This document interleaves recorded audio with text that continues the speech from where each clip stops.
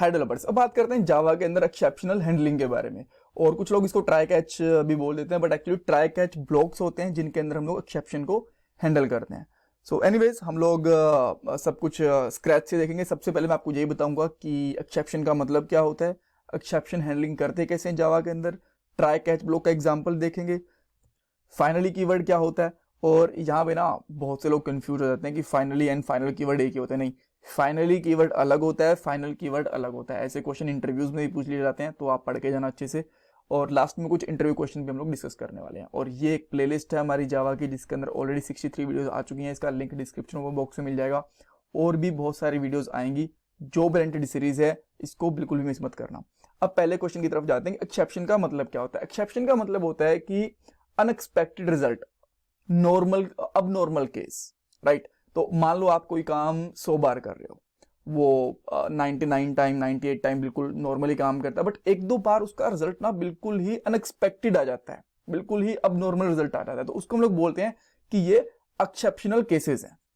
All right, आपने कभी कभी सुना भी होगा ना, हम लोग बोल देते हैं कि यार ये तो एक्सेप्शनल पीपल हैं, मतलब एक्सेप्शनल पर्सन है, बिल्कुल हम लोग मजाक मजाक में किसी फ्रेंड को भी बोल देते हैं, राइट, इस तरीके से। सो इसका मतलब ये ऐसा होता है कि अनएक्सपेक्टेड रिजल्ट आता है इनका, और ये अब नॉर्मल केसेस होते हैं। जब आप कोई भी काम करते हैं तो नॉर्मली उसका रिजल्ट कुछ और आना होता है, बट एक दो बार गलती से कुछ और रिजल्ट आ जाता है, ठीक है। जावा के अंदर, प्रोग्रामिंग के अंदर भी ऐसा ही होता है। जब आप एक कोड एक रन कर रहे हो तो कई बार उसका इनपुट ऐसा दिया जाता है कि जो रिजल्ट आना होता है ना वो नहीं आता, और उसका अनएक्सपेक्टेड रिजल्ट आ जाता है, यानी कि एक्सेप्शन आ जाती है उसके अंदर।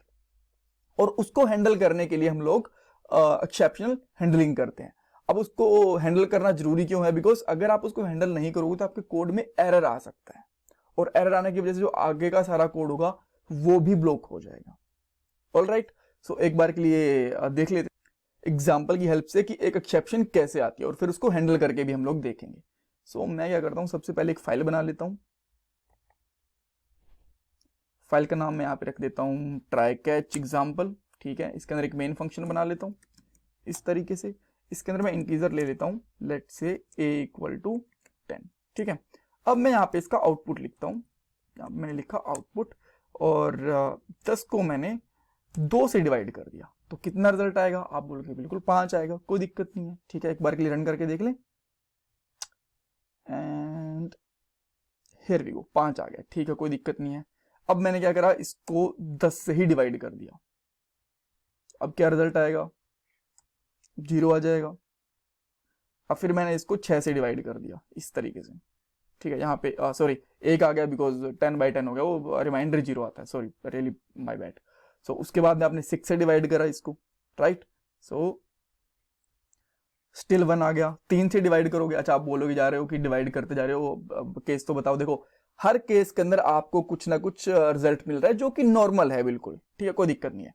बट एक बार क्या हुआ, गलती से 0 से डिवाइड हो गया, और जब आप 0 से किसी भी चीज को डिवाइड करते हो ना, तो प्रोग्रामिंग के अंदर आता है एरर। जावा नहीं, और भी बहुत सारी प्रोग्रामिंग के अंदर। तो ये देखो, अब ये हो गई एक्सेप्शन, क्योंकि हम लोग जावा के अंदर किसी भी नंबर को 0 से डिवाइड नहीं कर सकते, राइट। तो ये एक बेसिक केस हो गया। एक और वीडियो बनाऊंगा जिसके अंदर हम लोग कुछ एडवांस लेवल की चीजें देखेंगे एक्सेप्शन के अंदर, बट ये एक बेसिकली एक्सेप्शन बन गया, एक बेसिक केस हो गया।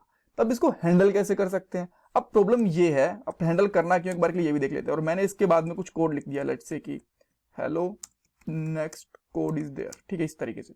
बट जैसे ही ये वाले एक्सेप्शन आए ना, आगे का कोई भी कोड एग्जीक्यूट भी नहीं होगा। ये सबसे बड़ी प्रॉब्लम है। ठीक है भाई, इसने रिजल्ट नहीं दिया कोई बात नहीं, बट आगे का रिजल्ट आ रहा तो एक बार के लिए मान लेते, बट नहीं, आगे का भी कुछ रिजल्ट नहीं आया। तो इसीलिए इसको एक्सेप्शन को हैंडल करना जरूरी होता है। तो हम लोग क्या करते हैं, सिंपली यहाँ पे ट्राई लगाते हैं, ठीक है। जब हमें पता होता है कि इस तरीके के ब्लॉक्स आ सकते हैं, इसी तरीके की प्रॉब्लम आ सकती हैं, तो इस कोड के चारों तरफ हम लोग क्या करते हैं, ट्राई ब्लॉक लगा देते हैं इस तरीके से। अब ट्राई करेंगे तो इस केस के अंदर जावा को समझ में आएगा कि यहाँ पे कुछ ना कुछ प्रॉब्लम आ सकती है, और अगर यहाँ पे आया एरर तो आपको जाना है कैच ब्लॉक के अंदर इस तरीके से, ठीक है। और कैच ब्लॉक के अंदर आप चाहो तो आपका खुद का कुछ मैसेज प्रिंट करवा दो, चाहो तो इसका बाय डिफॉल्ट मैसेज प्रिंट करवा दो, अभी दिखाता हूं। बट जो कैच आता है ना, इसके अंदर आता है एरर, बट एरर का एक टाइप भी होता है, वो होता है एक्सेप्शन, इस तरीके से, ठीक है। आपको यहाँ पे एक्सेप्शन और एरर लगा दो, ई लगा दो, ER लगा दो, कुछ भी लगा दो, वो चलेगा। मैं यहाँ पे एरर लगा रहा हूँ पूरा का पूरा। अब मैं यहाँ पे करता हूँ शाउट, और शाउट के अंदर अगर मैं एरर को प्रिंट करवा दूंगा ना इस तरीके से, तो अब आप देखना क्या होगा, नेक्स्ट लाइन भी प्रिंट होगी और इसका ये किस वजह से एरर आया ये भी बताएगा। हियर वी गो, देखो अब एरर नहीं आया। तो सबसे पहले इसने बताया कि जावा के अंदर अर्थमेटिक एक्सेप्शन आई है डिवाइड बाय 0। अब ठीक है, ये चीज समझ में आ गई, बट हो सकता है कुछ लोगों को समझ में आए, तो आप डायरेक्टली लिख सकते हो you can not divide number by 0, तो ये लिख दो, ठीक है। इसको क्या हो गया, स्पेलिंग ठीक कर लेते हैं एक बार के लिए, डिवाइड बाय 0। और अब ये यूजर आराम से समझ सकते हैं। तो आप कैच ब्लॉक में ऐसा कुछ मैसेज प्रिंट करवाना चाहते हो तो वो भी करवा सकते हो। ट्राई ब्लॉक के अंदर वो वाला कोड लिखो जो सेंसिटिव होता है, जिसके अंदर कुछ ना कुछ एक्सेप्शन आ सकती है। ऑलराइट, ठीक है। तो और आप देख सकते हो कि एक्सेप्शन आने के बाद में अगर उसको हैंडल कर लेते हैं तो हमारा आगे कोड रन भी हो रहा है, तुम्हारा ये वाला कोड रन भी हो रहा है। बट इसके अंदर एक चीज और होती है, जब मैंने बेसिक केस देख लिया, जैसे मैंने आपको बता रहा था फाइनली क्या होता है, आप पहले इसको मैं लिख देता हूं यहाँ पे इस तरीके से। ये कहता है कि आपके केस के अंदर अगर मान लो मेरा यहाँ पे 10 लिखता, 10 डिवाइड बाई 2 लिखता, तो ये कैच ब्लॉक में नहीं जाता, तो जस्ट ट्राई जाता इस तरीके से। एक बार के लिए एक बार रन करके भी दिखाता हूँ कि अब ये कैच ब्लॉक में नहीं जाएगा, बे ट्राई ब्लॉक के अंदर जाएगा, बिकॉज इसमें तो कुछ एक्सेप्शन है ही नहीं ना, राइट। तो आप यहाँ पे देख सकते हो, यहाँ पे 5 आया और बाद में ये वाला कोड गया।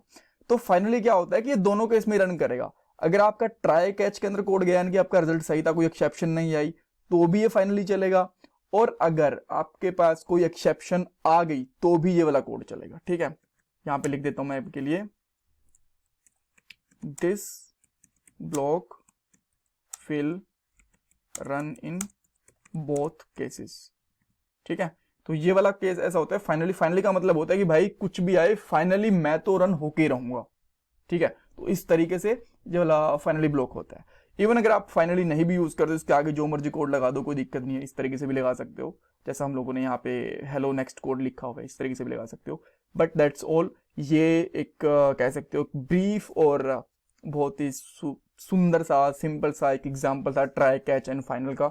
नेक्स्ट वाले पार्ट के अंदर हम लोग थ्रो भी देखेंगे, थ्रो क्या होता है, वो भी ट्राई कैच के साथ में यूज कर सकते हो आप।